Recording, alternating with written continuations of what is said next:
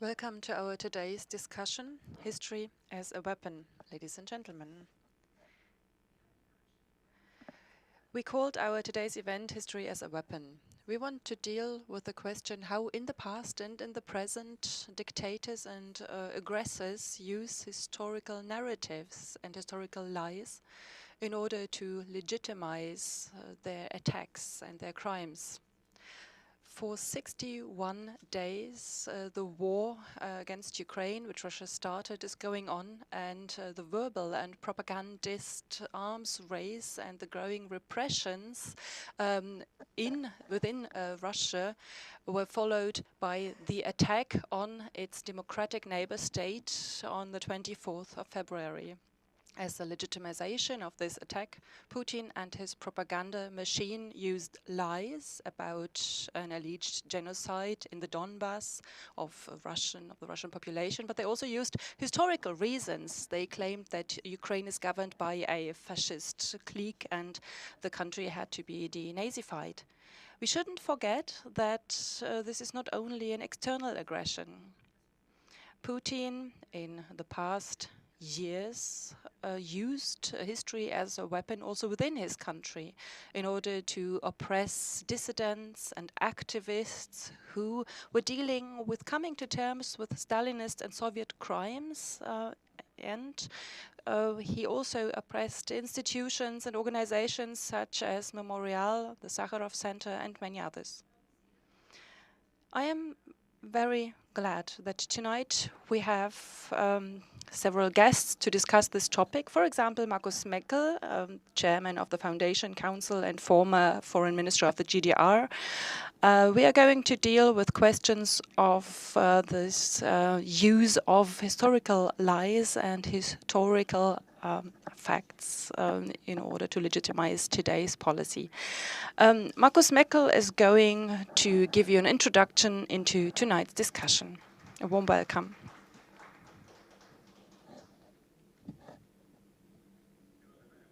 Dear Rainer Appelmann, Your Excellency, ladies and gentlemen, dear listeners, both online and here, I am very glad that I have the opportunity to welcome you to our discussion. All of us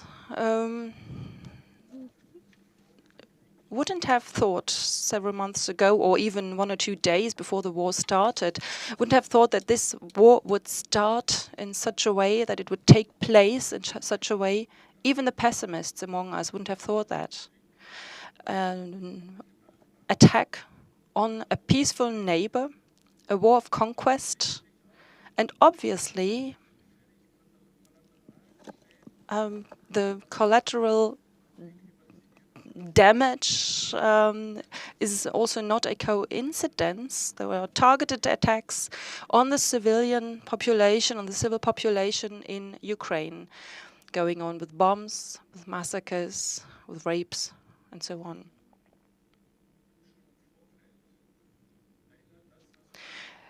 Many things of which we are witnessing today remind us of Hitler's attack on Poland in 1939.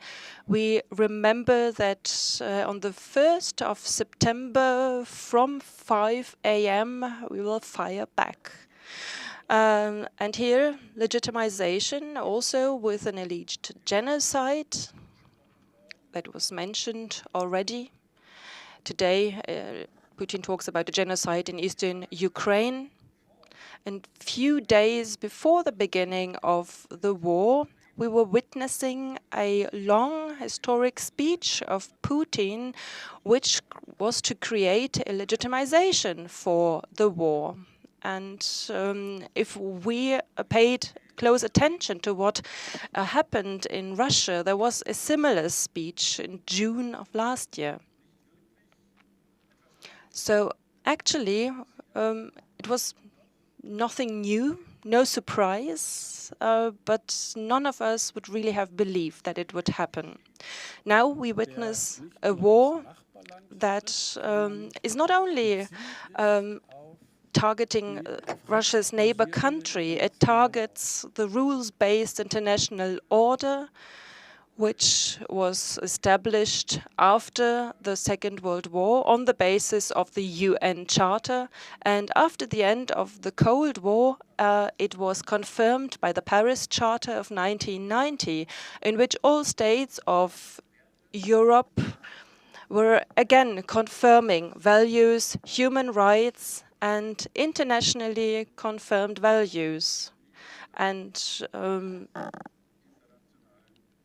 undermined that this was going to be the basis of international cooperation.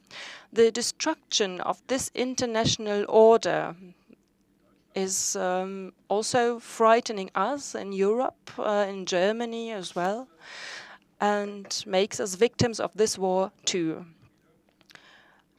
In these weeks, we remember how Putin called the collapse of the Soviet Union the greatest catastrophe of the last century.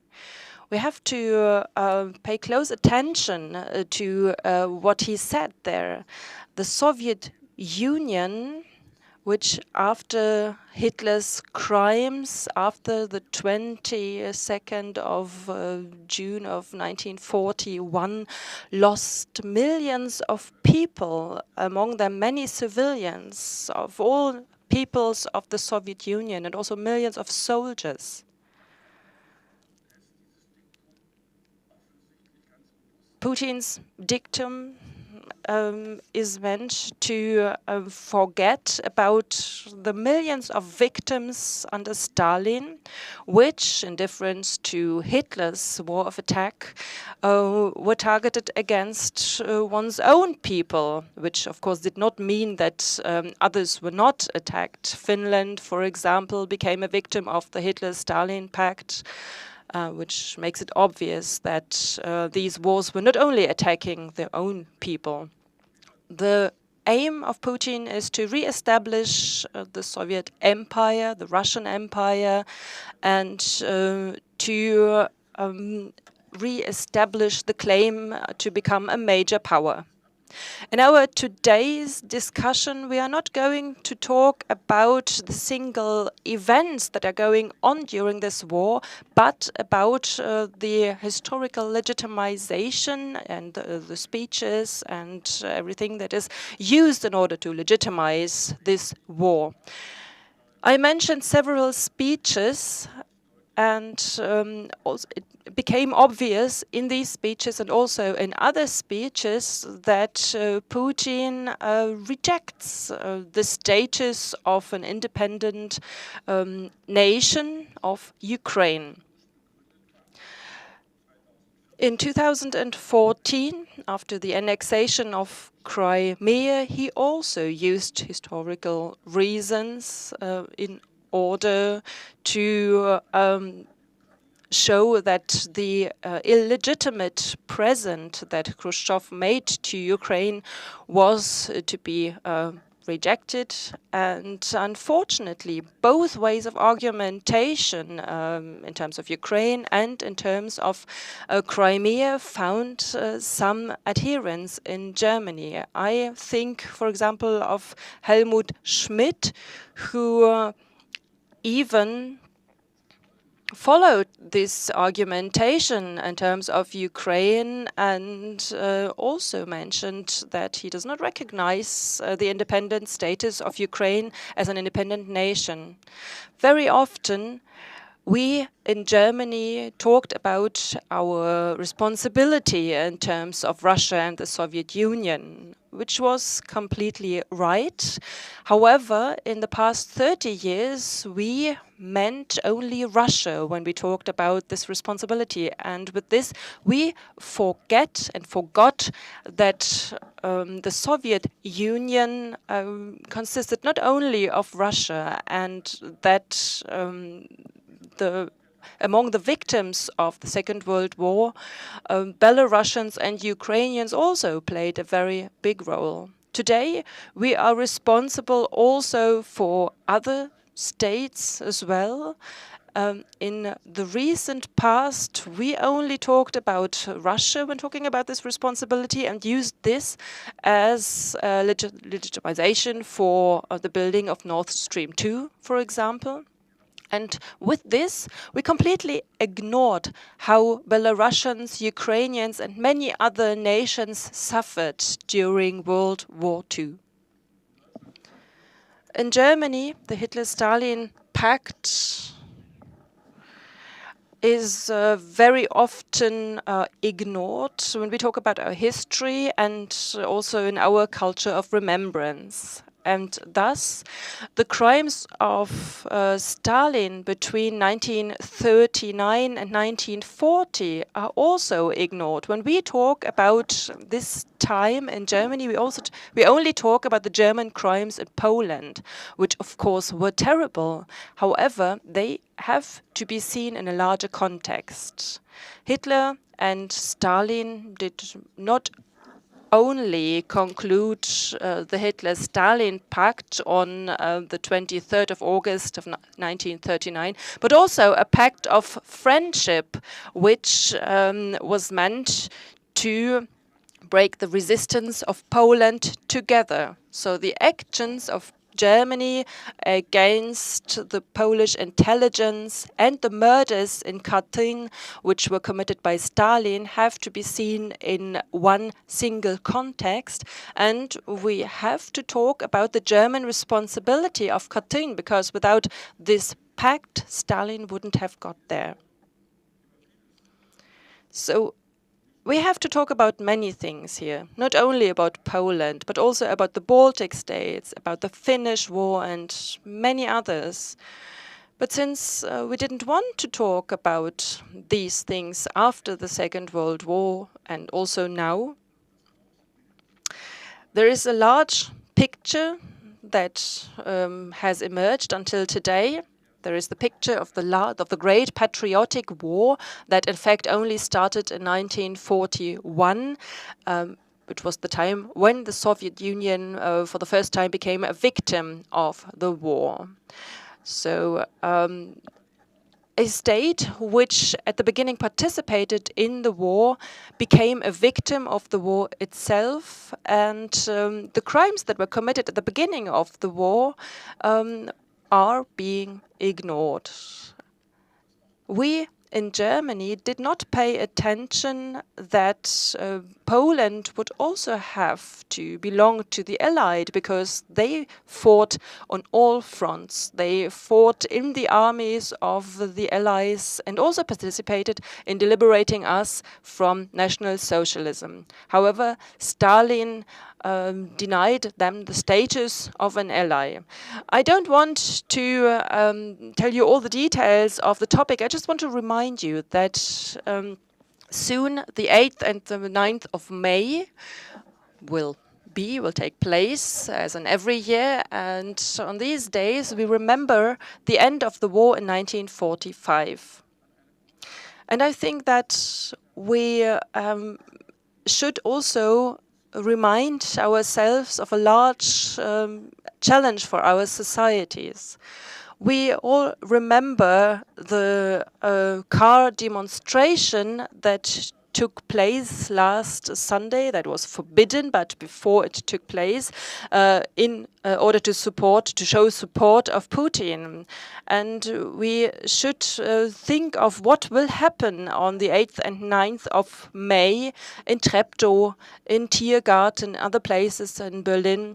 Will these groups also participate in these events, and will they determine the picture of what will happen on these days? I think that we should do everything against that, and that is why I'm so happy that there is a large alliance of NGOs and other institutions that try to counter these attempts, that with the help of a lot of initiatives try to convey a more differentiated picture of history, and that try to reject the falsification of history that Putin is using. He says that his aim, the aim of the war, is a denazification of Ukraine. But we should remember that the Ukrainian president is a Jew, and there's nothing worse than calling him a Nazi, a fascist. So please participate in these demonstrations, these actions on the 8th and 9th of May, and please help to remember history on these dates. And one last thing. In the German Bundestag, right from the start of the war, we talked about Putin's war. So we name who is responsible for the war. However, many people see that Russians are participating in the war. They are participating in the crimes. The crimes are committed by Russians, and that led to a situation in which the Ukrainian ambassador in Germany says that it's not only Putin and the ruling elite, but that all the population of Russia, all Russians bear responsibility for the war. I think this is something we should definitely discuss. I think it is a central task to differentiate, because it's not the Russian people as a whole that is responsible for this war and for these crimes. We know that certainly not a majority, but many Russians are publicly speaking out against this war. Some of them are doing it not in public, but many Russians do not consent to this war. And I think that we should do everything in order to counter a new hatred of a whole people, that we should do everything against this. Thank you very much. Let us now start with our panel discussion. I'm very pleased to have a different setup here, but we have very competent speakers on the panel. Gerd Köhnen is one of the experts on the Soviet Union, the history of the 20th century, which took place not just in the West, but was influencing developments in many parts of the world. So thank you for coming here today. I'm also pleased to have the Estonian ambassador with us today, Mr. Straiman. As one of the states that suffered from the Hitler-Stalin pact right away and became a victim of the Soviet Union very soon, Estonia has a history as a former integral part of the Soviet Union. Yet today it is a recognized member of NATO, but still a neighbor of Russia and is closely entangled in the history. So for Estonia, it is very obvious that Ukraine may not be an isolated case. I'm also pleased to have Irina Kastelyan with us. She is a historian from Belarus, and she demonstrates that Belarus in public is siding with Russia, although not directly involved with troops. At least we don't know that. The question is whether it will happen. Anyway, Irina Kastelyan is one who does not follow public history images, but she has shaped the historical narrative in workshops, and she keeps the discourse on the vagaries of history alive. Unfortunately, Andrei Potnov is ill, and so we are. Oh, sorry, Tamina Kucher fell ill, and so we are sorry for that. But we are happy to have Mr. Weixler here, who will moderate the panel discussion. And together with you here in the hall and those online, I'm looking forward to a very fruitful and engaged debate. Thank you.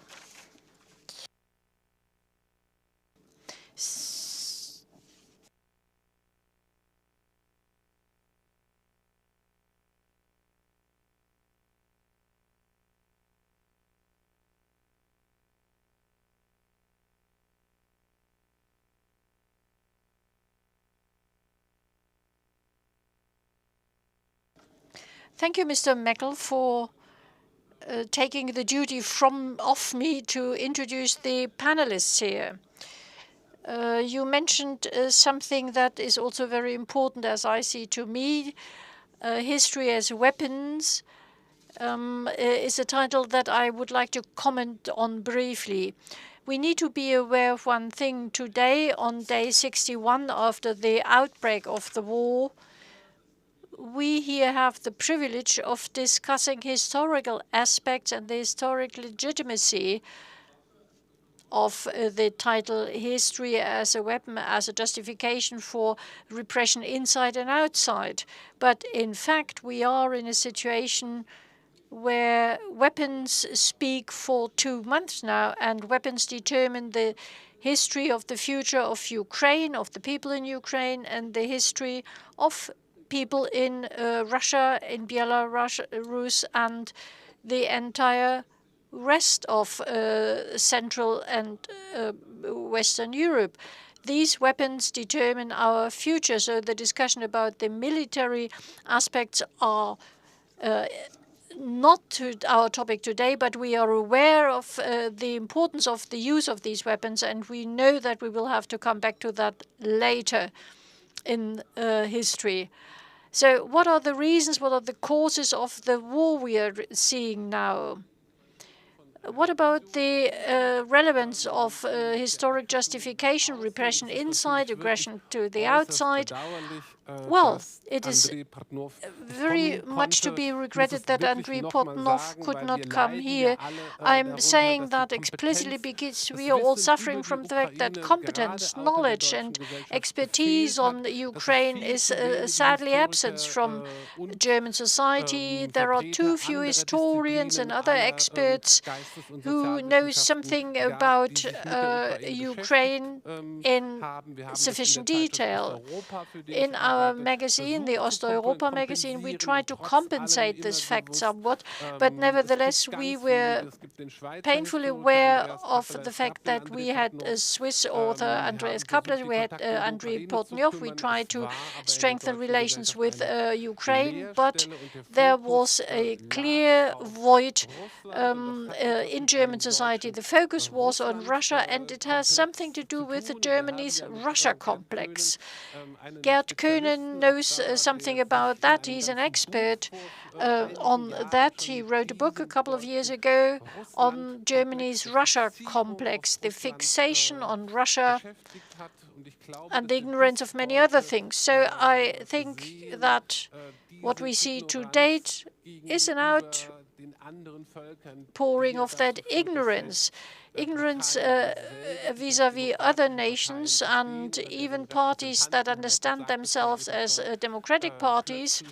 As Mr. Meckel said it, suddenly have representatives who find imperial ideas understandable, something that the history of their parties should deny, because their history is somehow focused, their historic image is focused on Russia, and they accept the imperial visions of Russia. Without Andrei Portnov, we are unable to fill the gap because we have too little competence in that respect. But I would still like to ask you, to the extent that this is possible, to sketch out the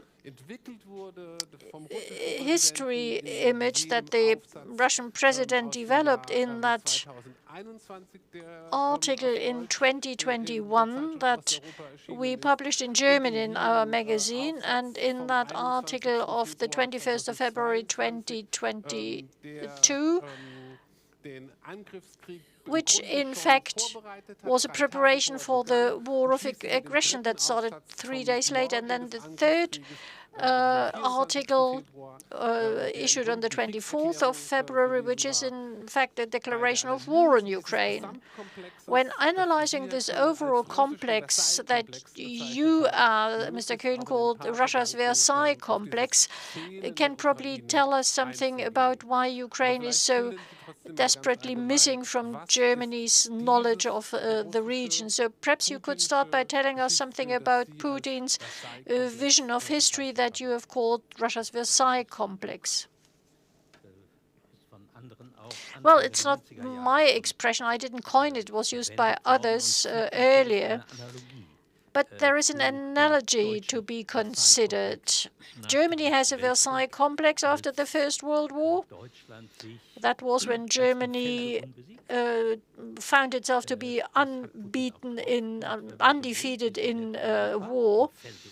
And the Soviet Union was also undefeated. It suffered a defeat in Afghanistan, then it pulled back. But that would not have necessarily have to lead to the collapse of the Soviet Union. The catastrophic history of communism still sees lots of victories in war. Even be it Mao, who intervened in Korea, the Great Patriotic War is on the agenda a little later, be it Vietnam. So the communists managed to present a frightening combination of ideology, militarization, mass mobilization, and Western societies were the ones that did not maintain the stamina to endure all that. The United States didn't lose militarily, but they were unable to keep their own population happy about it. And the same is true for Afghanistan, although that is a slightly different opponent. Anyway, this syndrome to be undefeated in war, we are an unshakable power, but internal enemies, domestic enemies undermined us. In Germany, it was the complex of a cut of a dagger from behind. But after 1991, this narrative emerged pretty soon. In the spring of 1989, I was in Moscow and contacted the remarkable people of Memorial. They were a kind of search service. They were overwhelmed by requests from people who contacted them, wanted to know what had happened to their relatives. Where are their bones? Where are their remains? Where are they buried? They came with letters, with photographs. There was a huge wall in the office where people had pinned up their letters and photographs. So the regime suddenly had to fight an internal, a domestic war, and had masses of victims to deal with. And Russia, but not only Russia, but also in Ukraine and the other republics, there was suddenly a movement springing up, digging for the graves to find out what had happened to the victims. This was an unbearable situation, obviously, for a considerable part of the population, especially since the turbulences of the 1990s shook it all up to a difficult degree. I wrote a book together with Carla Hilscher, a Slavonic expert, about this in the USSR. It came out in 1991, and shortly before it came out, the USSR had ceased to exist. But it was an obsession with many writers and intellectuals to say somebody must have done that. And then it was a combination of domestic enemies and external opponents. Basically, Western powers instrumentalized the internal enemies. So we have the Versailles complex here in Russia. We were undefeated in war, but there are external enemies, and they instrumentalized our own population, and they undermined our ability to fight the opponent, and they are the ones that are to be blamed for our defeat. So that was very obvious in the early 1990s. Vladimir Putin was entirely known at the time. Accidentally,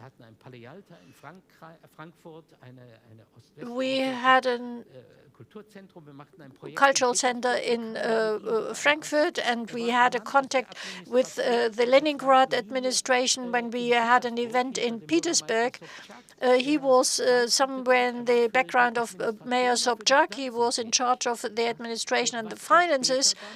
of the event. Then he was jobless and then somehow turned up in the Kremlin and also was in charge of the finances there. Then he became the KGB leader, and then by promising not to prosecute anyone, Yeltsin put him into the foreground. So he came from nowhere. He was a completely nobody. 2% of the people knew the name Putin in the early 1990s, but an entirely unknown quantity. And suddenly, with the war in Chechnya and the explosion in Moscow and other cities, he suddenly triumphantly wins the elections.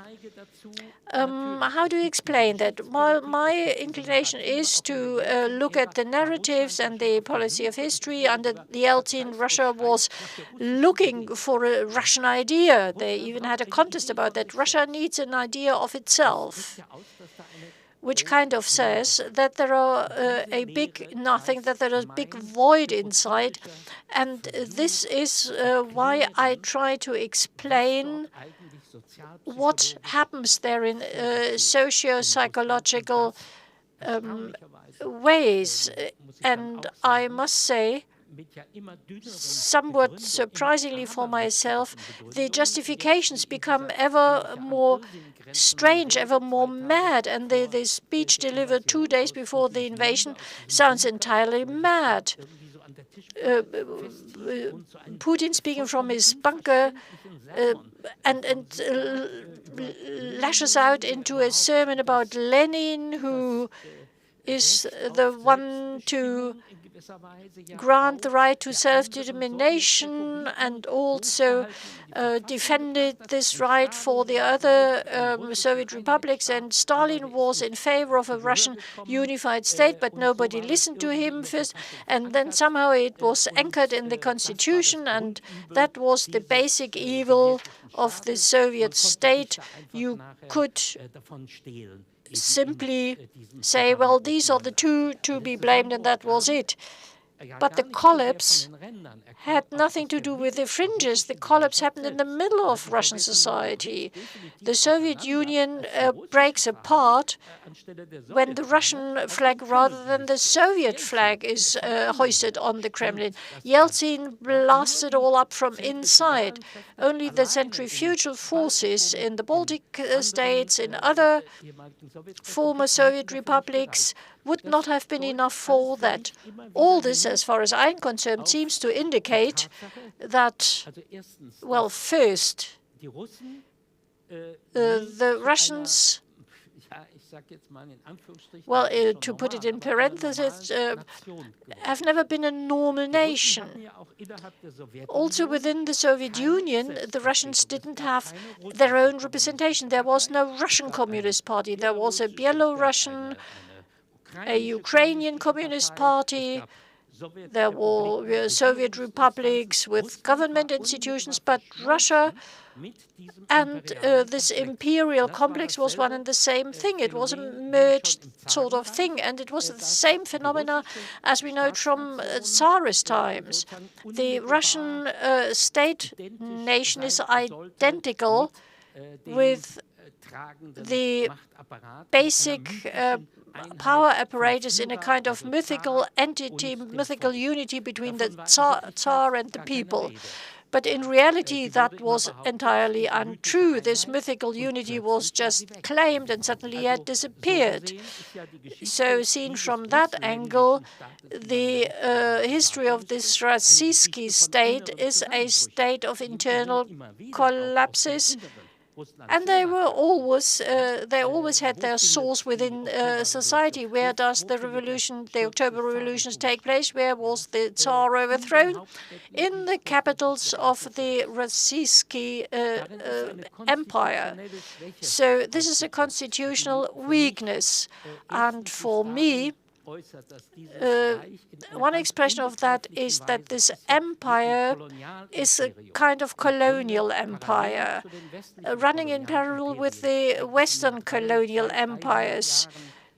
that we have seen since the past 200, 300 years.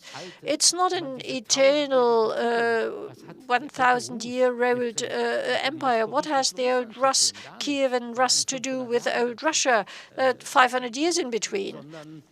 What we have is a state that since Peter the Great has by and large expanded at a breakneck speed, becomes a colonial power, but a territorial Eurasian colonial power, not a maritime colonial power. And it simply swallows up all these regions. This includes Ukraine, this includes areas in the west, the Baltic states, and then until, well, right over to Vladivostok. In the strict sense of the word, the Russians have always been a minority in this state. Only because the Tsarist census added in the small Russians and the white Russians, they suddenly accounted for 65% of the population, and that gave them the majority. But it was a trick to bring in all the fringe nations. And so they were always, the Russians were always in a precarious situation. In the Soviet Union, they formed the backbone. Especially in the Great Patriotic War, and Stalin said when toasting victory, the Russians are the, well, Stalin after all is Georgian. Josip Chugashvili says among all the nations of the Soviet Union, the Russians are the most extraordinary nation. So he starts with that path toward Russification, but it already started in the Great Terror. And only in later research we find that the Great Terror targeted the nationalities. We always looked at the purges within the party, we looked at the collectivization, but a large part of the purges were ethnic operations, which also targeted immigrants, and anyone being a reference nation, either the Greeks in Crimea or somewhere else, they were suspect as anti-Russian agents. You could say that the Caucasian nations, Russians and the Jews, were something like the nations forming the statehood. And then we saw the deportations of enemy nationalities during the war, and then the Jews were seen as the intrusive factor of the cosmopolitan invasion and subversion in Russia.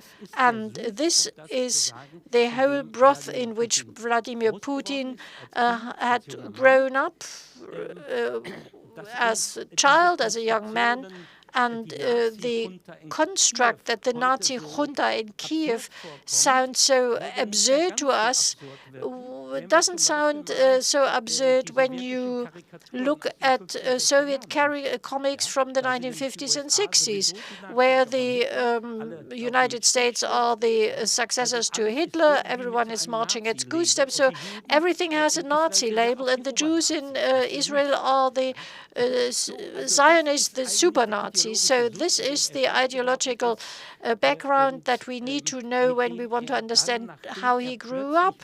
So, and suddenly he jumped like Jack of the Box, and in the year 2000 he's a young man, very energetic, after all these senile personalities on top of the power apparatus, and then he comes up with his historic narratives and speaks of the 1,000-year history, and now he will assemble the Russian lands under one umbrella, and Ukraine and Belarus, and they were all in the same pot. He delivers the speech and speaks of the biggest geostrategic catastrophe And when he takes over power for the second time, he has one in Chechnya. The collapse of Russia is stopped, and he has used the most extreme and most brutal means available. The internal enemies investigating the crimes were put to the sidelines, Politkovskaya and the others, and then he starts with this programmatic speech, and it should have ring all alarm bells here.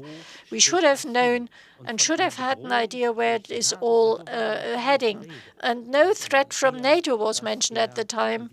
He rather thought that this space that opened up because of the war, the American war, he jumped in, and now he wants to make old Russia great again. My last sentence. The biggest geopolitical disaster of the 20th century is something that you simply cannot accept, that you cannot swallow. It says that the collapse of the Soviet Union, which nobody cries about, even in Russia, should not have taken place at all. For him, the collapse of the Soviet Union is the collapse of eternal Russia, and all acts of separation are illegitimate and have only been tolerated by weak leaders in Moscow, and he will no longer tolerate that. So in hindsight, we should see that as a very clear line that he persistently followed right now. You have done something incredibly important, because you've made it clear to us that if we had listened and if we had read the text, then we should have known everything. And today, with hindsight, we recognize that. It concerns the texts of Putin, the texts of many other ideologues. And I think that still we have to be very cautious. We can not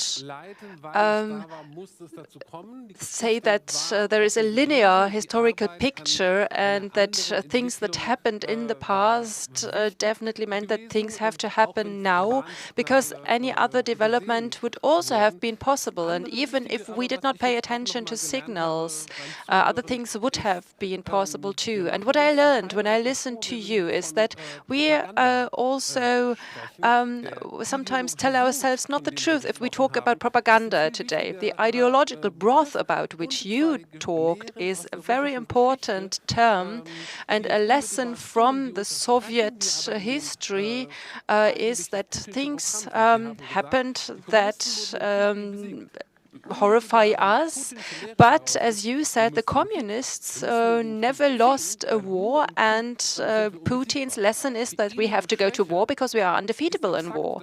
The internal weakness is exactly the same program today. So we carry the aggression to another country because the state has no legitimization within, not as a nation, because it was an imperial construct and not a democratic nation, because the population has no idea of Russia, and only an aggression towards another country can make this population and this country survive.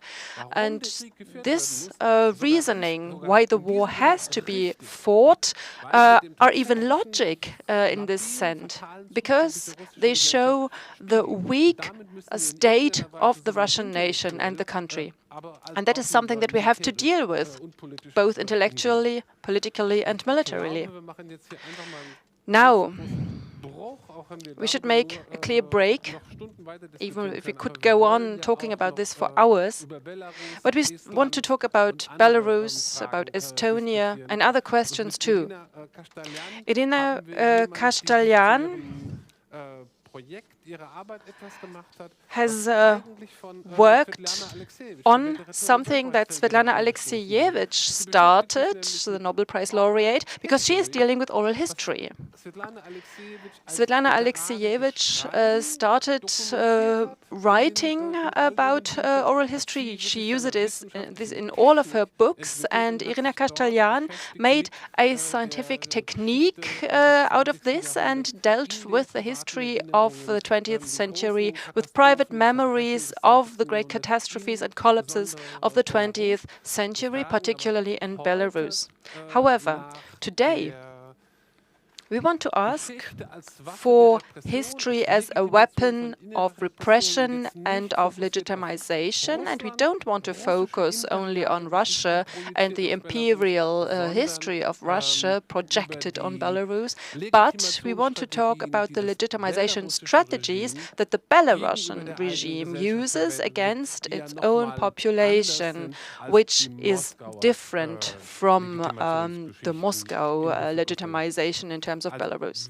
So, with which narratives are the repressions against an uprising of a free and democratic Belarusian society that for us emerged from zero in September 21? How is this legitimized in your eyes?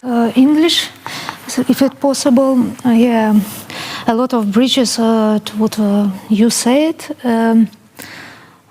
But from other side, to give a bigger picture to Belarus, I must say that we also have problems with colonial history, but we are at the other side, possibly together with Ukraine there, in situation when Belarusians are also in the position that for them it's denied for existence from the Russian side.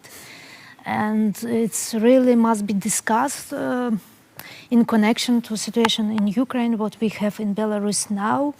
If we are already occupied, if we still have possibility to be actors or actors at our territories, Russia, with their narratives, and situation when we are so connected with Ukraine, historically, at least about 20th century, we can say about a lot of common topics as hunger in Soviet time, or Stalinism, or Nazism. And yeah, we are all suffered from Nazis in the war. But we at the side, not we, but regime of Lukashenko is on the side of Russia now, in situation when it's against interests of Belarusians, really. And when we are talking about what happened to Ukraine, to all of us with this war now, it's for me always in connection with events of 2020.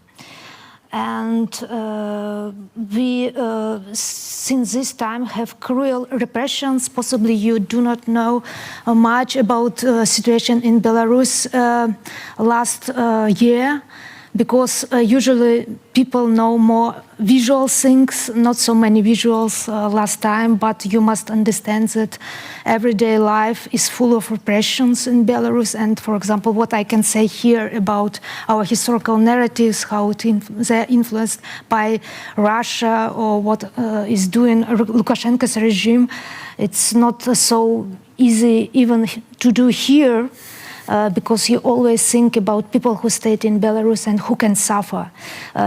History is a weapon in Belarus, because since 2020 our propaganda so developed that history is used in several laws which can lead to real punishment for people, and we already have such examples.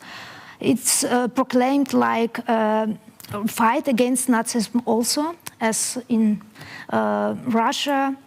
And I'm sometimes thinking if we have parallel processes, or they are united processes, how they in Russia are fighting with their people who are against the regime, and how they are fighting in our country.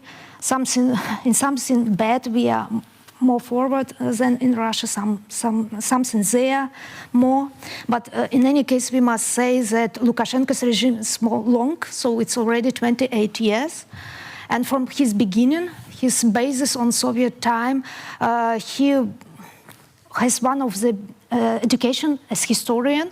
He tries to show it like he can say what is real history. For him, it looks like history began from the beginning of the war, so war was always such important part of the history which played in his propaganda work. But before 2020, it was not so aggressive, because before society was so adult that so many people appeared who wanted to be actors in politics, who wanted not past.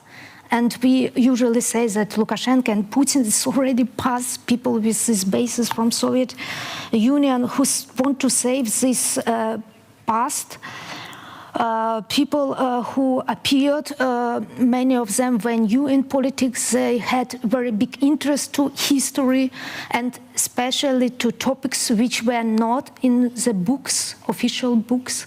For example, oral history and collective memory as representation of these topics. And they found, for example, symbols which were before Soviet time as their symbols, and that's why it inspired so-called Lukashenko's regime to use much more history as propaganda, and they developed such formula which connected war events with present time, like people who are protesting against regime.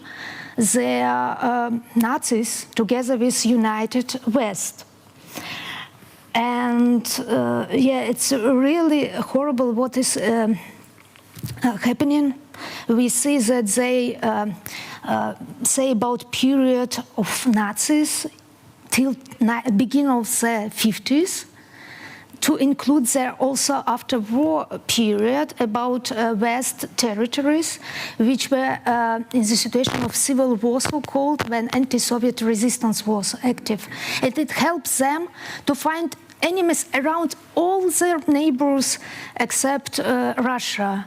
Ukrainians, Poles, Lithuania, and so on, who were in this underground and could be like people who are for these fascist ideas.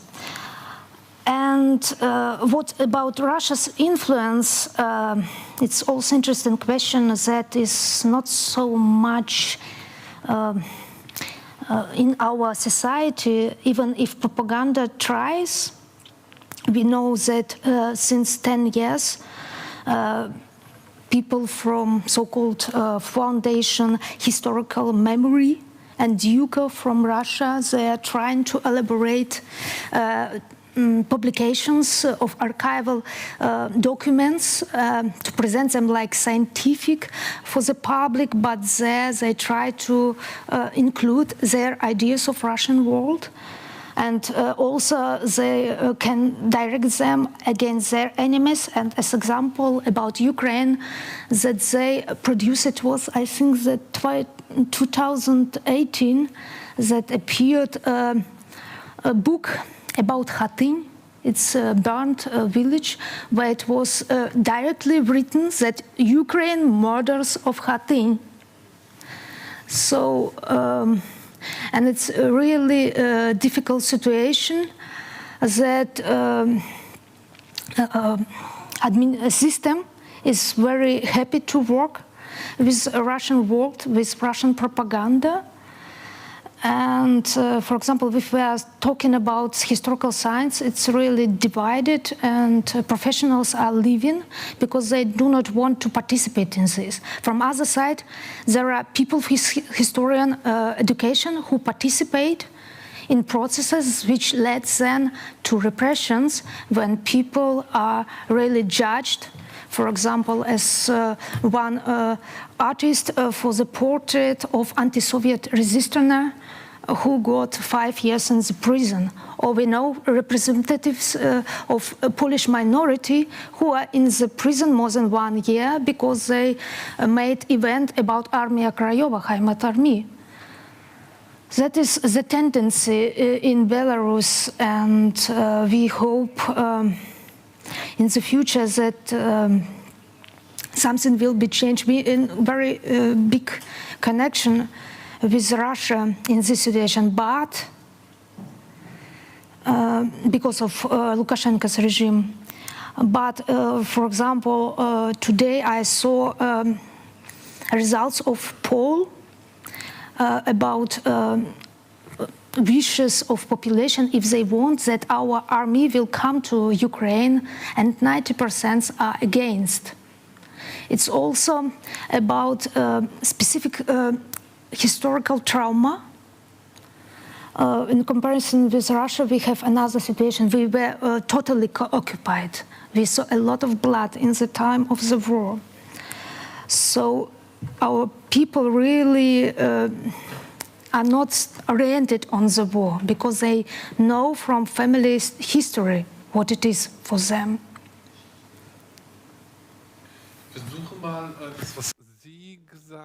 Well, what you said and what you said perhaps deserves a kind of summary, and Andrei Potnov might have told us something similar about Ukraine. When looking at the three states, we are confronted with the fact that there's an imperial model of Russia, the democratic national model of Ukraine, and an authoritarian but also national model that Lukashenko tries to implement. The authoritarian component of this anti-imperial nation-state model was explicitly not formulated in national terms by the pro-democracy movement in Belarus. They all kept saying it has nothing to do with geopolitics. It's not about Belarus as a nation. We are a civil society. We are a women's movement.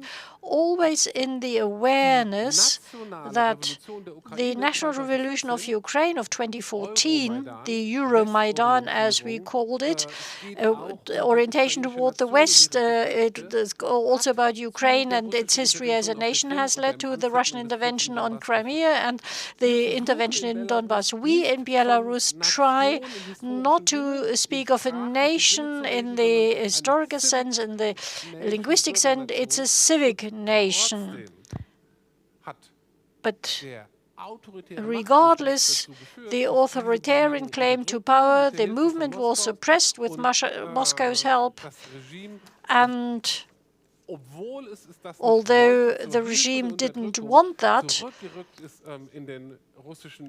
moved back into the Russian orbit without any historic legitimacy that the Belarusians are Russians or whatever. As Putin now claims, all Ukrainians are Russian in reality, merely on the basis of the authoritarian claim to power of a clique. And although the movement avoided all national elements, it didn't help them at all. That's what I try to summarize from what you both said. Well, the flag under which the Belarusian movement marched was a very explicit one. It was a flag meaning a nation, a Belarusian nation, or what would you say? To say that from one side, I'm not sure that Lukashenko is national-oriented. It's now really... he always used only a few words of Belarusian language only to mark something bad, something connected with opposition. But he liked to say that Belarusians are Russians with quality mark. Yeah. And always was oriented, so-called, on the brother, which we have. And since 2020, we have, from one side, new people who before were not active. There were a lot of Russian speaking. So in Belarus, if you are feeling national-oriented, it can mean that you are Russian speaking also. and a lot of things which appeared since this time, which can be said as national-oriented. And we also saying that Belarusian nation is still not created till the end. And this 2020 was time when it was one of the brightest example how it was developed. Somebody is telling that our nation was born in this time, and people more are using Belarusian language now after so-called law of Russia about compatriots, about people who are Russian speaking. A lot of people are telling we will speak Belarusian now, and also, flag was used and found. So people also wanted to feel them stronger, and stronger they can be with the history. And they turned to this history. And what was interesting in this protest, for example, activities in the yards, and when people asked of lectures about history, and historians came and told about Stalinist repressions, about other things, how democratically led Switzerland or other topics. And it's really amazing what was developed. Certainly only mild orientation on nation, but not without. Wir konnten auch darüber noch eine Stunde weiter. I think we could continue talking about this for at least an hour. Well, what I meant was a political strategy of the representatives of Belarusian civil society. And they hoisted the red and white flag in remembrance of the flag of Malta, the papal flag, and many other flags that could be drawn on as a justification. And this red and white flag is not necessarily a flag that wants to go back to national history. It is objectively, and part of the Belarusian movement of 2020 clearly said so. But in order to get out of this complex, we are national, and this is why we are seen as the enemy. They prefer to tell a different story. But that takes us directly to Russia again. Mr.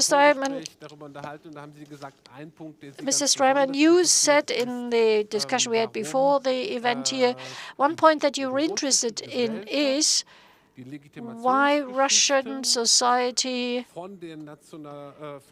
accepts the legitimation, starting with Stalinist history, the liberation of Ukraine by the Russian army, the threat of Russia from the West, all these stories that we have repeatedly heard in the previous weeks. Why does Russian society believe these stories, believe that interpretation is true? Why do Russians believe all that? You have a theory on that. I would very much like to hear it here.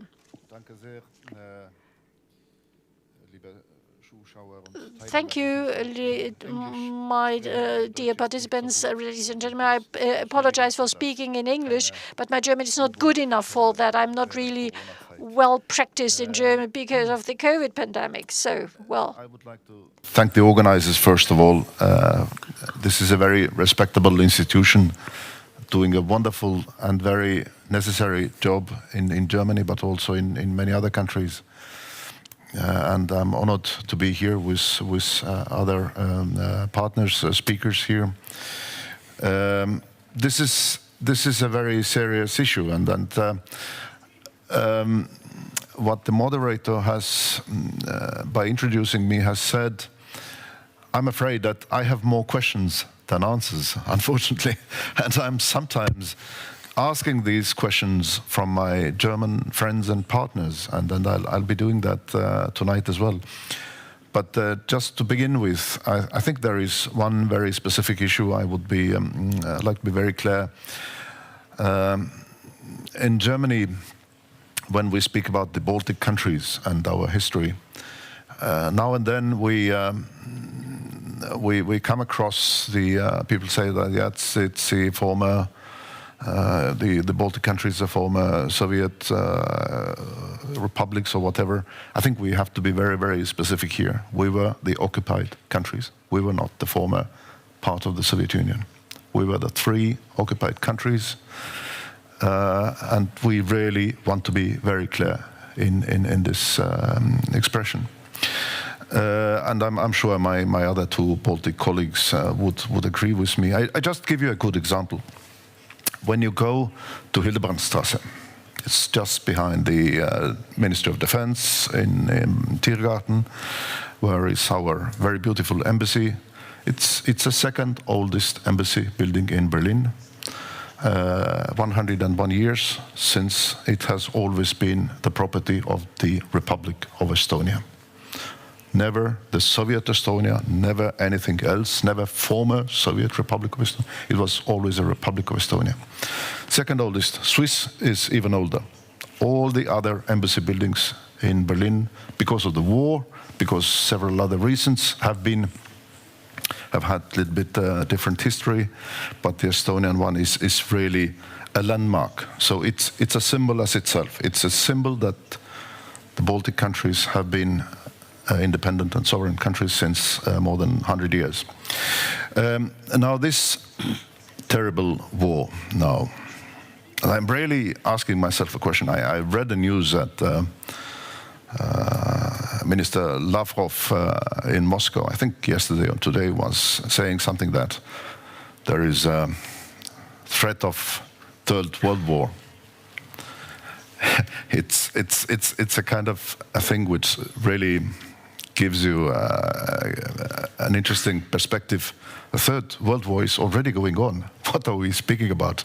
And if not, if it's a special operation, so I mean,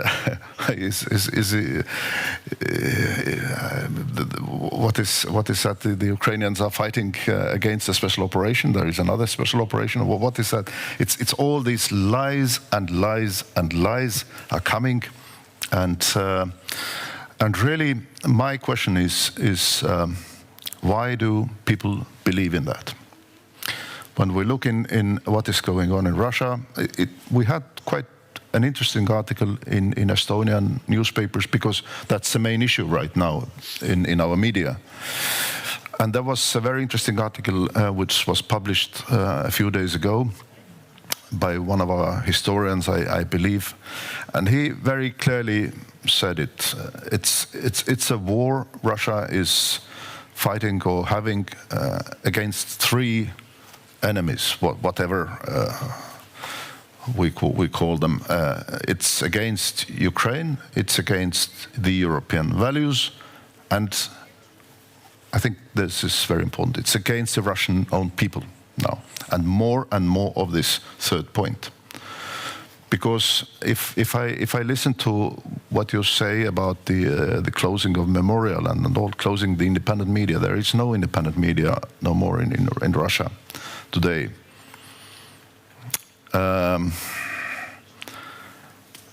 This is we know where it will end. It has already been done. It was during the Stalinist regime.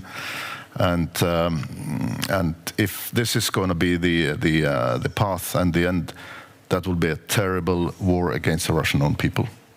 Let's be very clear about that. It started against Ukraine, but it will hit back against the simple people in Russia at some time. So I think this perspective is really, really very, very bad. And that's where I'm asking myself and my German friends, why, in spite of all that, so big part of the population in Russia kind of believes and supports this ideology of rhetoric or narrative which is coming out of Moscow right now. And it's clearly there. It's quite a broad support, actually, let's be frank.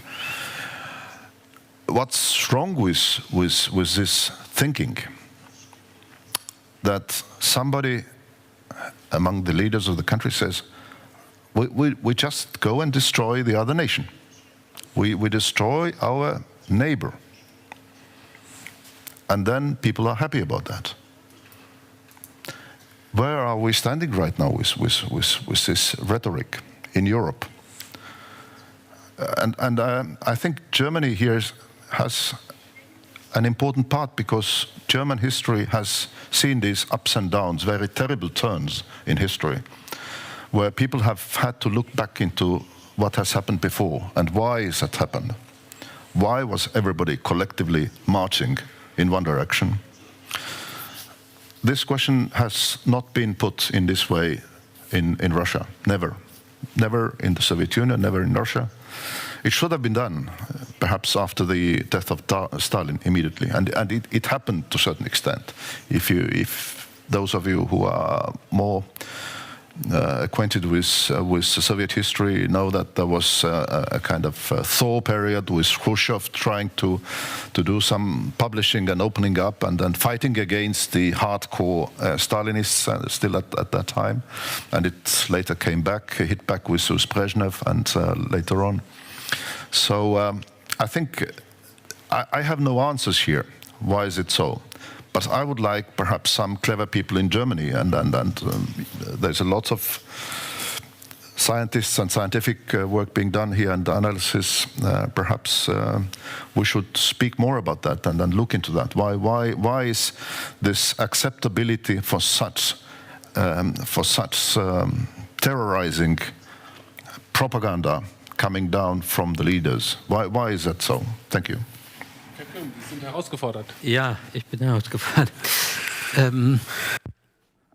Ja, ich knüpfe auch an dieser Frage an. Ich habe ja auch vorher I would like to continue with this question. davon I zu entwickeln. tried to develop some of the elements of an answer earlier. Die Machteroberung der Bolschewiki. When the Bolsheviki came into power, I wrote a book called The Color Red, in which I dealt with the history of communism. And this term of communism that we used in the 20th century was coined by Lenin. In the 19th century, the term also existed, but Marx hardly ever used this word. Marxism was the beginning of social democracy before 1914, but the cut with social democracy and the whole European socialism happened when the Bolsheviki came into power. And Lenin defines all of these terms anew for a project that included all ambitions, which for the first time in Russia since 1905, there were never before were there pictures of such a huge revolution as in 1905 in Russia, and also in the spring of 1917. These were the largest people's revolutions in a country where the Tsar and his people were seemingly in a unity. But then Russia became a revolutionary country. It broke up in 1917 when the People's Prison, how Lenin called it, split up into different parts. Ukraine became independent, the Baltic states became independent. They were occupied by the Tsarist regime and immediately became independent. Parts of Poland were also occupied, it became independent, and so on. Georgia and all of these countries. So what we saw in 1990 and 91 was something we already witnessed in 1917 and 1918, so the collapse of a multi-ethnic state.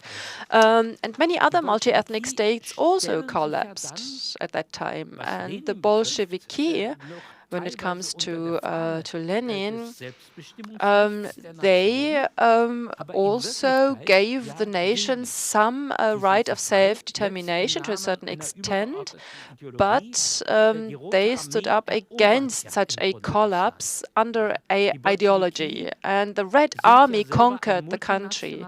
The Bolsheviki were also a power that was multi-ethnic, multinational, and it came after the tradition of the multinational Tsarist regimes. The Germans, for example, played a large role in the Tsarist regimes. There were no national empire. Who were the Russians, by the way? Until 1860, they were slaves, and then they participated in these revolutionary uprisings in 1905 and 1917. But then this empire collapsed, and it also collapsed internally. And the Bolsheviki, they at the beginning were only a very small elite, and then they created this large empire. We speak about a civil war. It really was a civil war. But they conducted military campaigns of conquest. So the Bolsheviki, in fact, were colonizers of this multi-ethnic empire. And they were successful. The last country they incorporated was Georgia in 1923. So they were a kind of colonial order. Stalin himself called them an order, a sword-carrying order, which, by the way, refers to the German order, which was in the Baltic states in the medieval age. And then this order, this elite, created a completely new society with a lot of violence. And they incorporated all structures, all inherited capabilities, all professions which existed, and so on. So they used violence means in order to form a new society on the basis of a very raw mass. And this term of totalitarianism also emerged in this time. And this is a term that better characterizes the Soviet Union than, for example, the Italian fascism or the German National Socialism, because this totalitarianism cooperated with the old elites, and they created a completely new state, and the extremes of a totalitarian experience which took place there never happened before in any other country. In 1938 until 40, about 1 million people were simply shot. The elite of this country, they were simply shot, and this terror continued in the Great Patriotic War. There were deportations of nations. The camps were crowded with people, also after the Second World War, and so on. So these traumatic experiences, they happened to all of the peoples who belonged to the Soviet Union.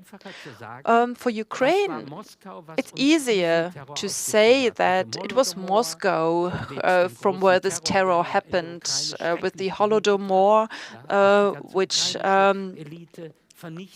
destroyed large parts of Ukraine, also the Ukrainian elite.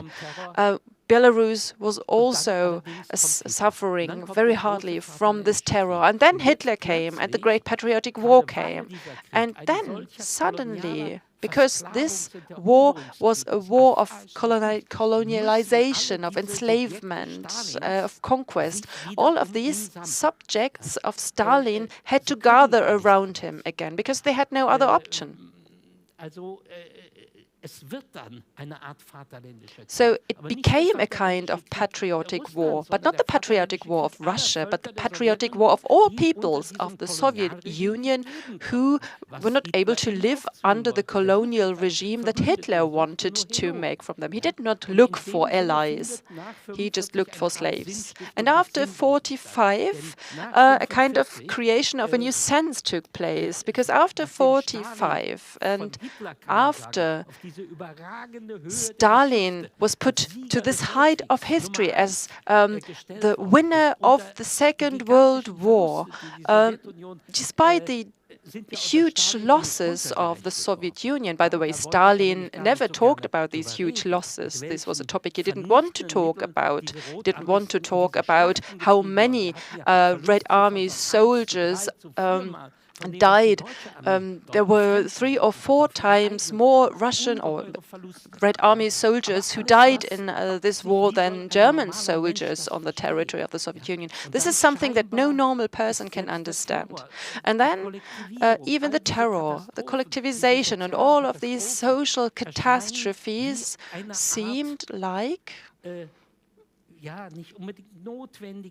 maybe not as something necessary, but as something that was connected to this historic victory. So the victory of 45 was something that reinterprets this history. And this is how Stalin later died and was mourned by his people. And then the thaw started. And then everything was silent in the room when Khrushchev talked about what he had done to his own party. What a history. Khrushchev, who also was a criminal in Ukraine, says we were the victims of the personality cult under Stalin. And East Germany, Hungary, Czechoslovakia, Poland, everywhere these rebellions took place, but it seems like just a consequence of this war. And in the period of the longest peace of the 20th century, when has there ever been such a period where no wars of proxy, where no civil wars were taking place? In 1988, 89, 1989, 90, and then this great country collapsed. And of course these ideological narratives are interesting to us, to me, but I'm also interested in how people perceived that on the psychological level. And that took place in the 1990s already. People assumed that some foreign powers took place in these processes because they couldn't have taken place just from the inside. And again, the narrative, why did we suffer such large losses during the war? What remains to us? There was the large fear of a vacuum, of Russia collapsing too. And of course, this has some grains of truth, because Russia, not only Russia, sorry, but the peoples of the Soviet Union experienced 3 catastrophes, demographic catastrophes.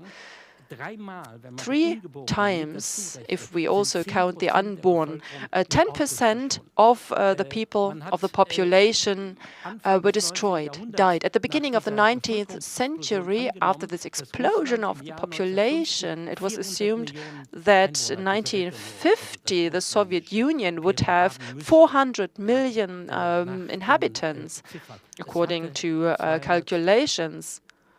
In fact, there were 230 million.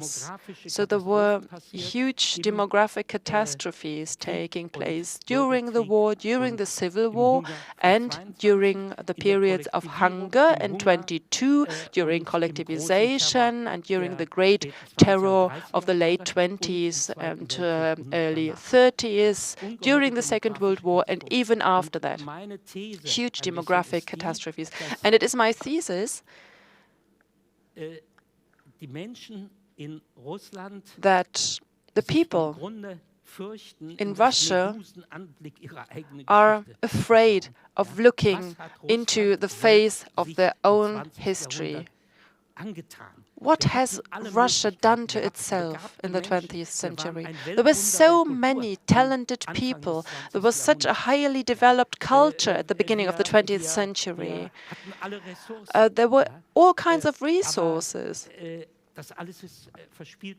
But still, everything was lost. Solzhenitsyn was one who talked about that, but he also did not endure that. He said, we just did not succeed to form our own history.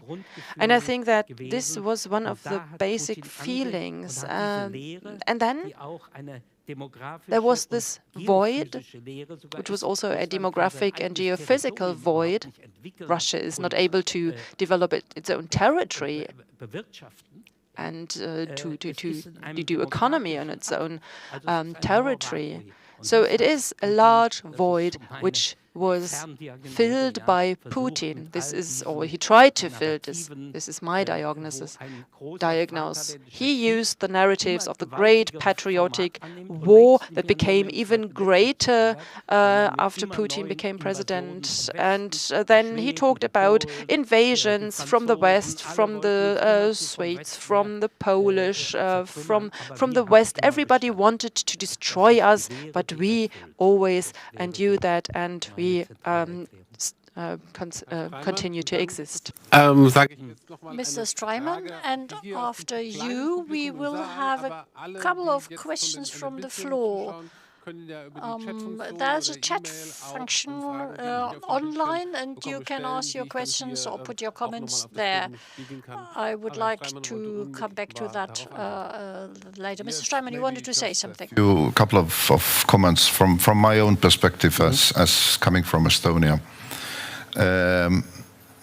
I think if I look at the debates here in Germany now and then, I see this obsession of the former Soviet Union. I was grown up in the, so to say, Soviet Union, and this was of course no socialist country. This was all a facade. In the Baltic countries, nobody believed that there was a socialism or we were on the way to communism. Maybe in some other parts, but I think it was really, yes, maybe before the Second World War and then immediately after that, people really were forced to believe, because otherwise they could be killed or put in prison. But actually, that was just a facade. It was a big empire.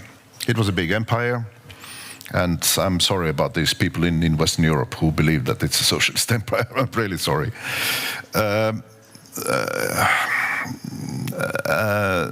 The second thing is that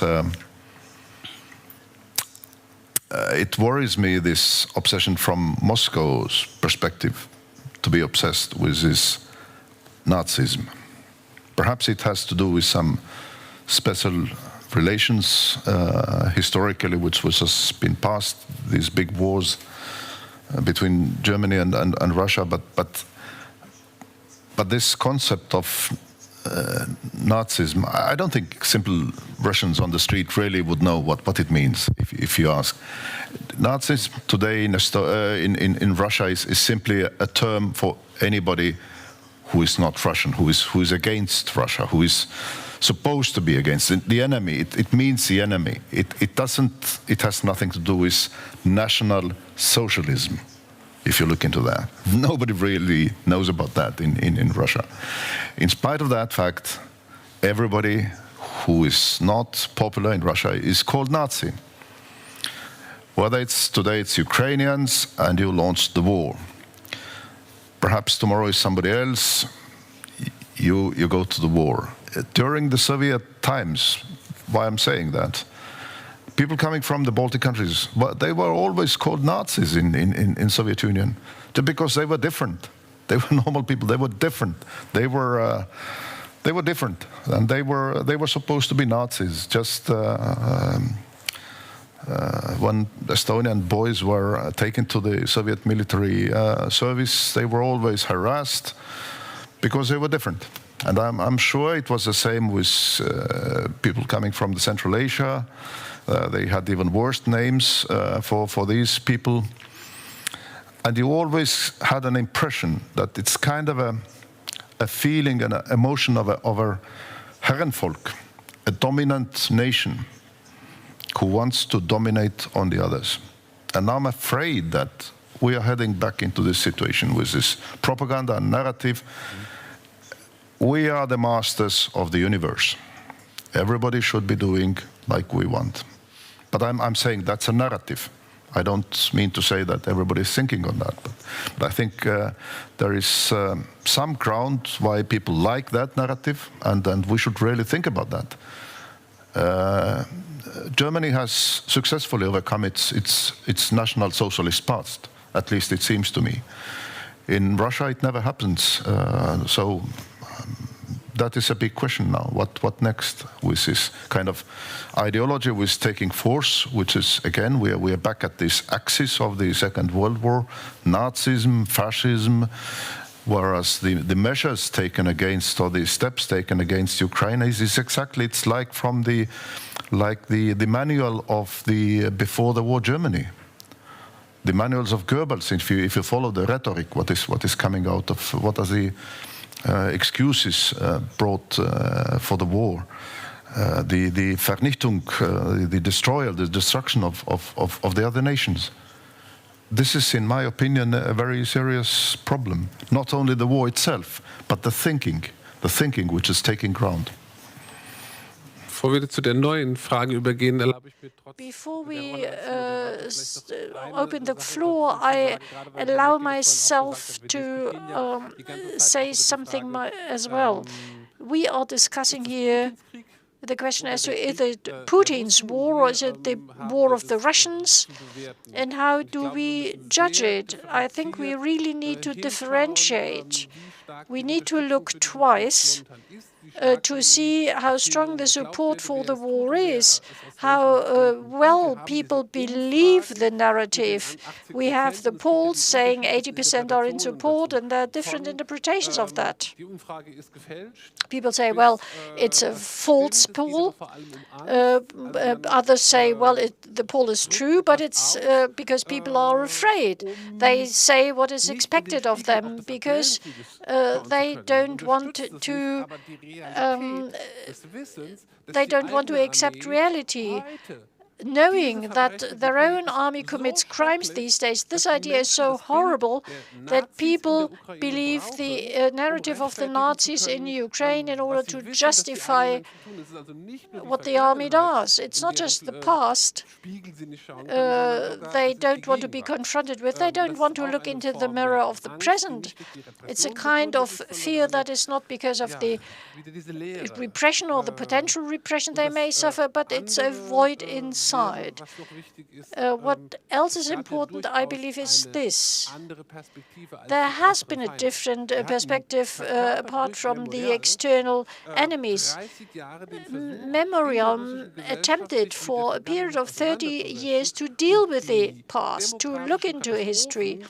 The demographic catastrophes, which is close to a euphemism, although it's a accurate description, the mass murders committed by this sword-bearing order, the memorial people try to name those to be blamed, and the development over the past 30 years, well, it started in 1993 with the attempt to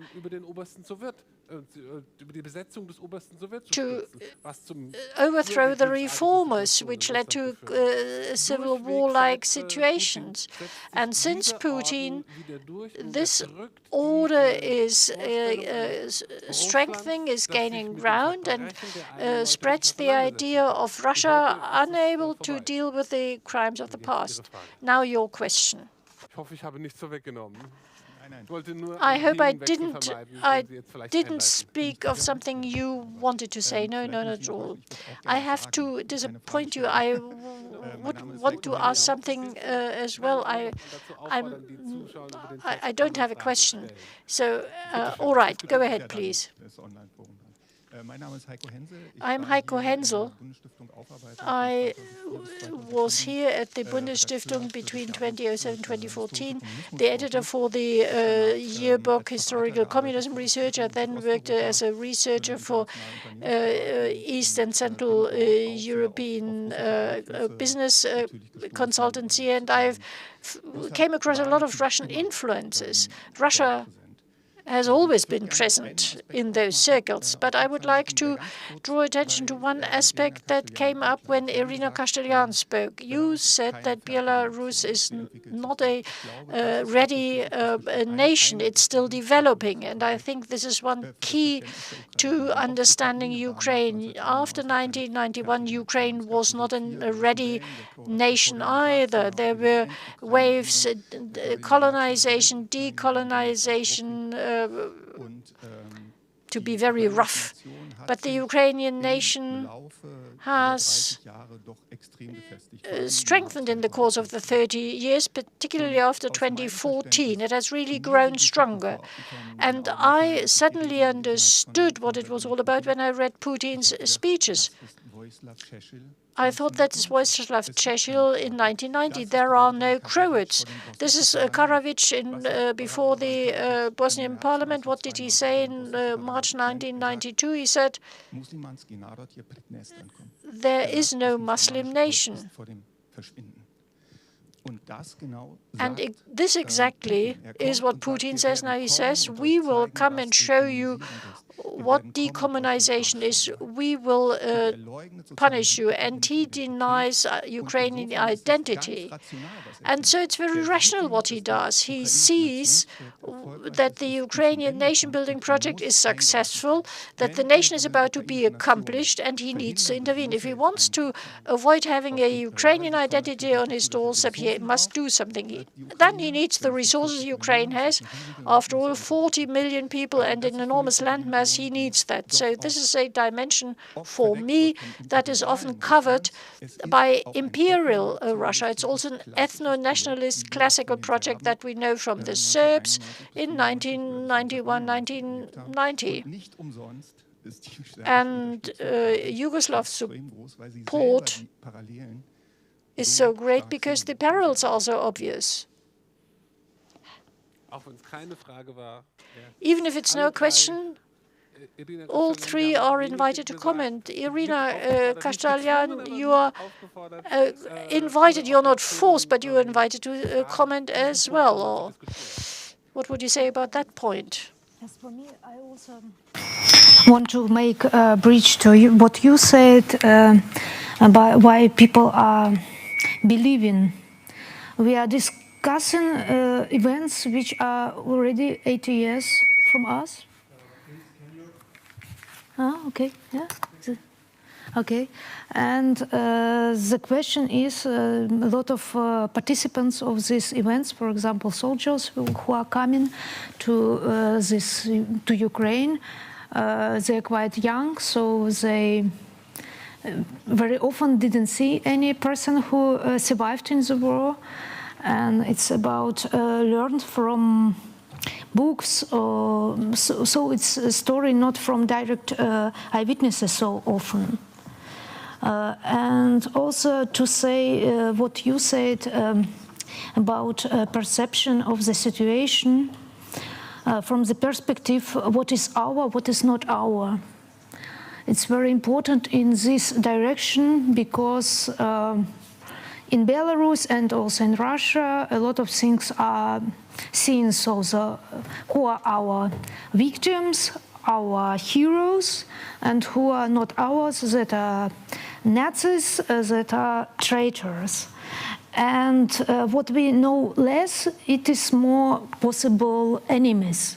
And we see how people coming to Ukraine, Russian soldiers, so often they are not from neighbor regions of Russia, but they are from wide east, and they know nearly nothing. I met through my daughter some people from Murmansk, and they really didn't know where situated Ukraine, you know. And in this situation, how they are trusting when you know nothing, And also with this cult of Tsar, when it's so good when somebody is thinking for you, and we see a lot of interviews of common people in Russia that they are saying, I'm not interested, I am trusting in news. What is, for example, not so in Belarus. In Belarus, we are mostly getting information not from TV set, but from internet. And even now, it's not about sites, because mass media deleted up from Telegram. So hidden our strategies, how through VPN it's do, and so on. And from other side, I'm thinking about what we really know about opinion, public opinion in Russia. Because I told to people in Bremen who are from Russia, escaped, and also try to investigate public opinion in Russia, and nearly 9 persons from 10 will not agree to tell their opinion. We see only opinion of people, if the exception, who wants to be shown, yeah, who are not afraid that they will be shown, and that's why that is really question what is in their heads. Vielleicht gehen Sie auch nochmal auf diese, entweder direkt darauf oder. Would you like to answer directly? I think the national question is always also a question of democratic self-determination. So these questions directly linked. If we look at the whole history of the 20th century until today, then in the 20th century about 100 new nations emerged. These are no typical nations. They were just formed, but this is the frame in which you can act and take decisions. And in contrast to Ukraine, Belarus was in a union with Russia. So this movement was a democratic civilian movement in order to get out of this union and in order to be able to speak up for oneself. And Ukraine, and I completely agree with that, was a very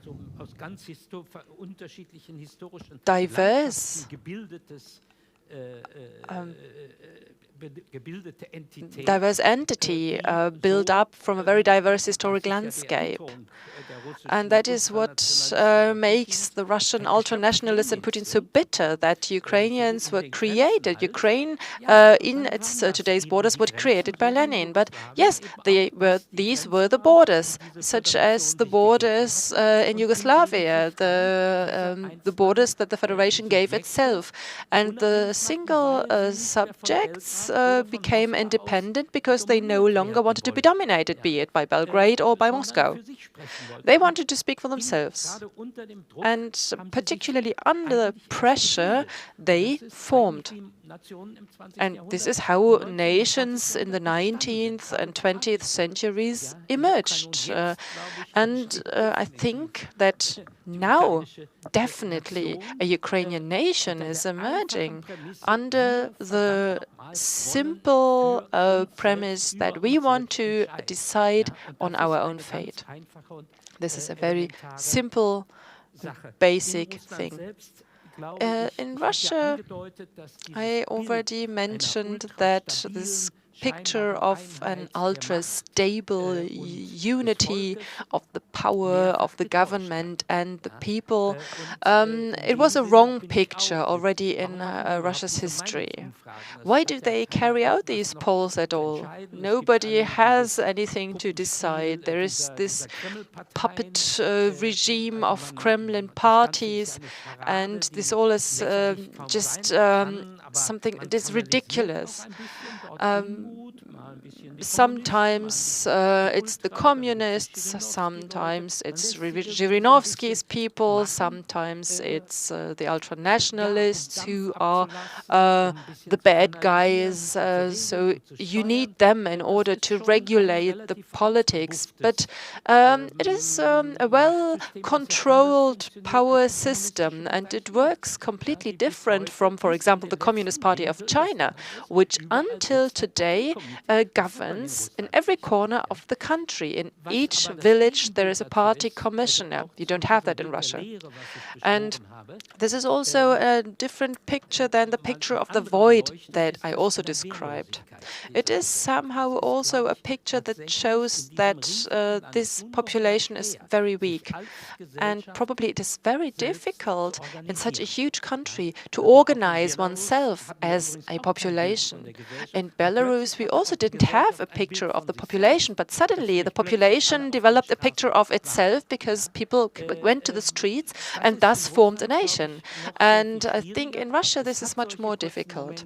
There were short, brief moments in Russia's history, but then there were just single uprisings and centrifugal tendencies. Putin obsessively talks about the threat of the collapse of the country. And in the meanwhile, he forges a new narrative. If you remember Ulrich Schmidt's picture of 2016, Technologies of the Soul, there you can look into a crazy laboratory of ideas, the Kremlin, which also contains historians and the clear, and there are documentations about the church and about others writers writing about Eurasian projects. So there's a huge mix of different ideologies. There are Stalinist elements in, for example, the rhetorics of the purge. This contains Stalinist elements, but already at Stalinist times we could see that elements of a popular people's thinking also contained, for example, ideas of anti-Zionism, anti-Semitism, but still there was one official ideology, but under this ideology there was a large diversity. There are many theories also in Yugoslavia that developed under the Communist Party. The Academy of Science, for example, contained many people from the opposition, but there were also opponents within the parties themselves.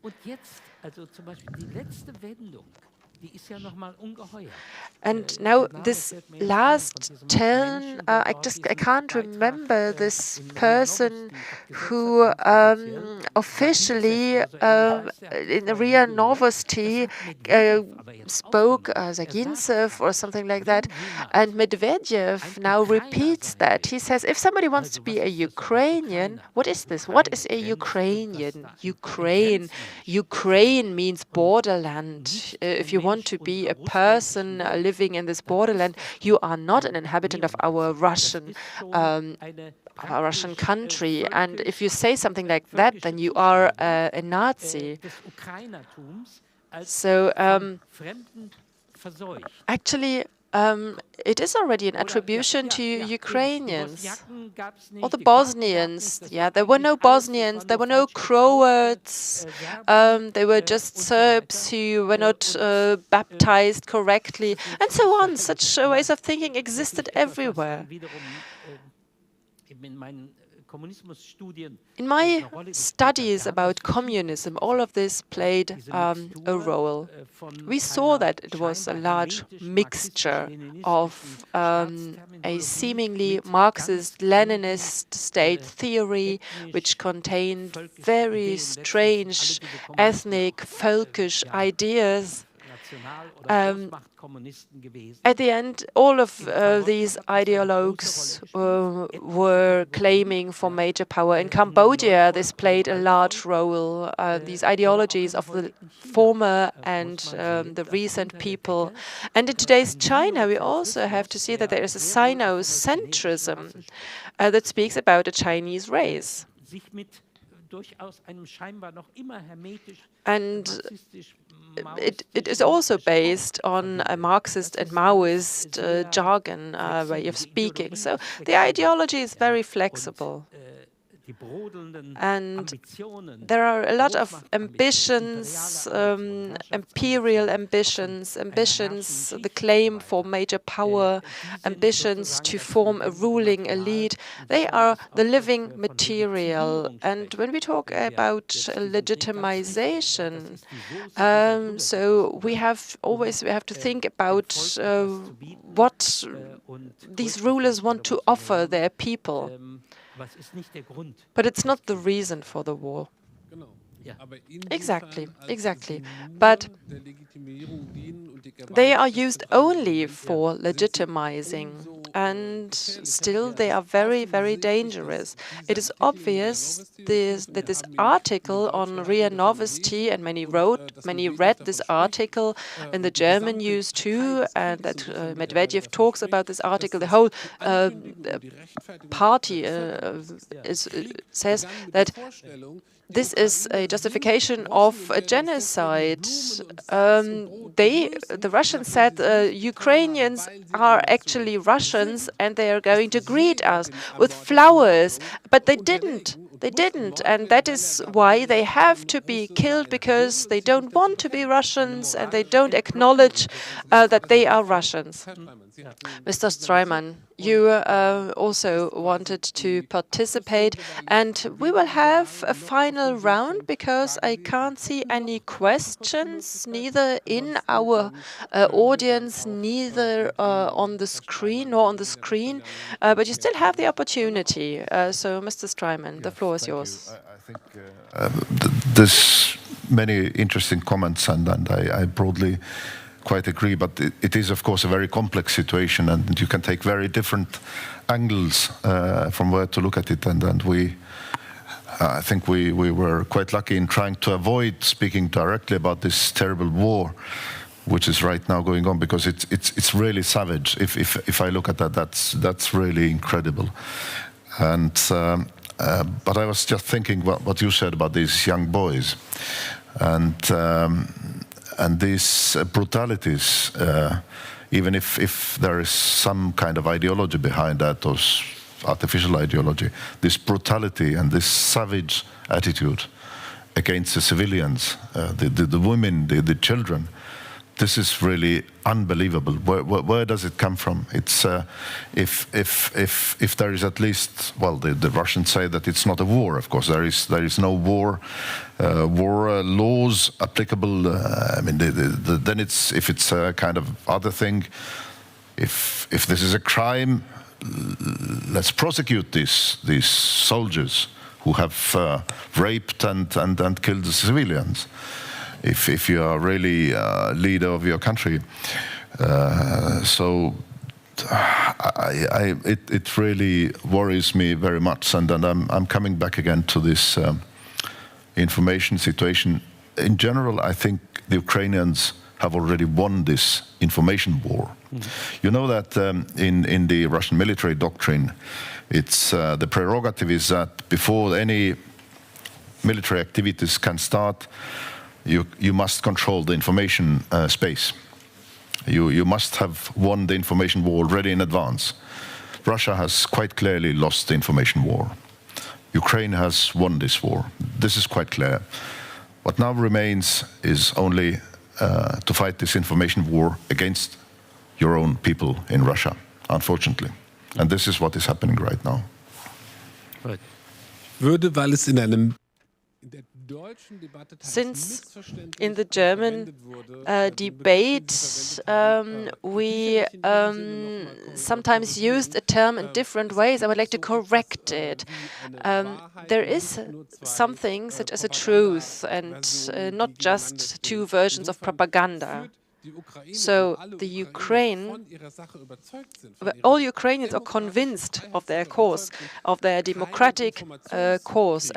It is not conducting a war of information, though. So there is propaganda too, but it is a true story of resistance against an aggressor.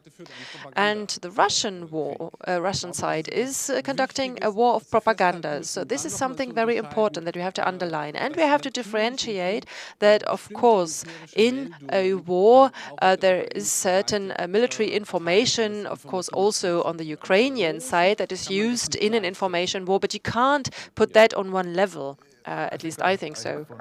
Brief comment here. I form most of my opinions based on the German media. And I think the German media is doing a very good job. There's a lot of correspondence on the spot, there's a good coverage, and there is also inside Germany coming very good analysis in the papers. And I think it gives you a fairly good understanding on the television what is going on. So I'm not a court. I'm not a big expert. I'm speaking as things seem to me and as they seem to practically everybody in Estonia. Ja. So. Es gibt doch noch eine wirklich wichtige Frage. There's one more important question which came to us via our YouTube chat, because it is important because it makes it come back to Ukraine. Unfortunately, since Andrei Portnov is missing, we did not talk that much about Ukraine. We talked very much about the interpretation of the aggressor, of Russia. But the question is, which approaches for a democratic and liberal nation building, so democratic and liberal, exclamation mark, nation building in Ukraine, can we see today? Who wants to answer this question?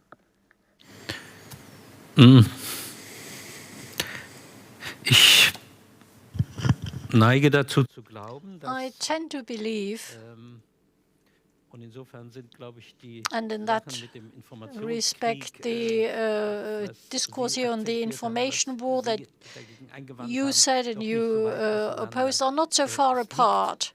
die Kraft liegt The strength lies in truth. auch in dem Strength Überzeugen also lies in des persönlichen the convincing Zusammentuns personal und des intelligenten sich engagement, intellectual engagement, solidarity that society exercises. Societies, when they come under pressure, when they fall into extreme situations, they develop the capacity to improvise, to develop further. Ukraine has been notoriously embittered. There were brawling in parliament. Poroshenko was to be put on trial shortly before the war. They now shook hands and buried their disputes for the duration of the war. So the democratic sovereign framework is the condition, and when we are sure where we are, we will renegotiate things. I think the accession prospect, the prospect to join the EU will be accelerated now, and I think that will play a role as well. Just think of all the countries with dubious political histories. You can start with Italy if you like. Italy in the 1950s or 60s, or take Greece under the colonels, or Franco-Spain, or Portugal under Salazar, and Germany with its own history. All these European nations have used the framework, as fragile as it may be, to launch processes of re-civilizing themselves. So in that respect, I believe that it's going to be turbulent. It's not going to be only nice, but the ultra-nationalist elements that did exist in Ukraine,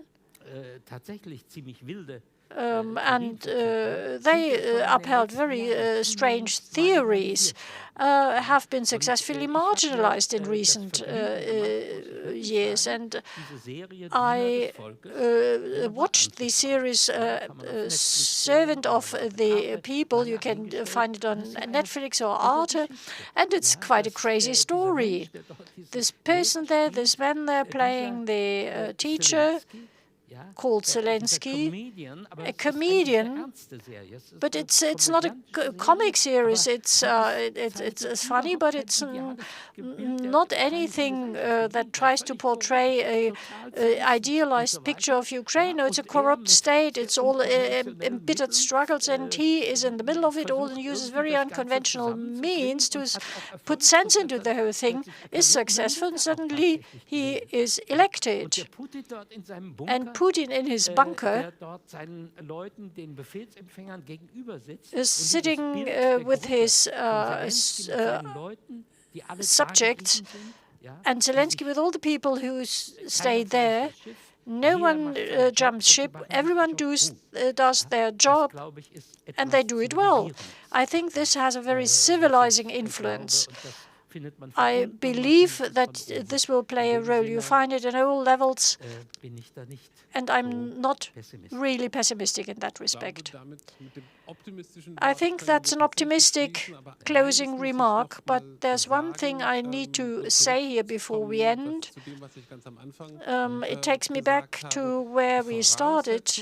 The precondition for Ukrainian society to go through a process of transformation, become a future-safe society. The precondition for that is to win the war, to put Ukraine in the situation of being able to negotiate, to maintain its borders as they were before the 24th of February. If Ukraine loses that war, Ukraine has no chance to become a liberal society, and then the prospect of joining the EU is dealt with, because Ukraine won't be there and the Ukrainians won't be there. This is the situation we are in now. It does not mean, and I should emphasize that victory means, just as Russia believes, that Ukraine disappears. It's just as you said, Mr. Streyman, the most gloomy perspective, the most gloomy prospect is the one that Russian society is faced with, because then repression will clamp down on the Russians themselves. So let's end here. We had a very fruitful exchange. It was interesting to listen to so many things about Belarus. Thank you very much for coming here, and let's hope for better times to come soon.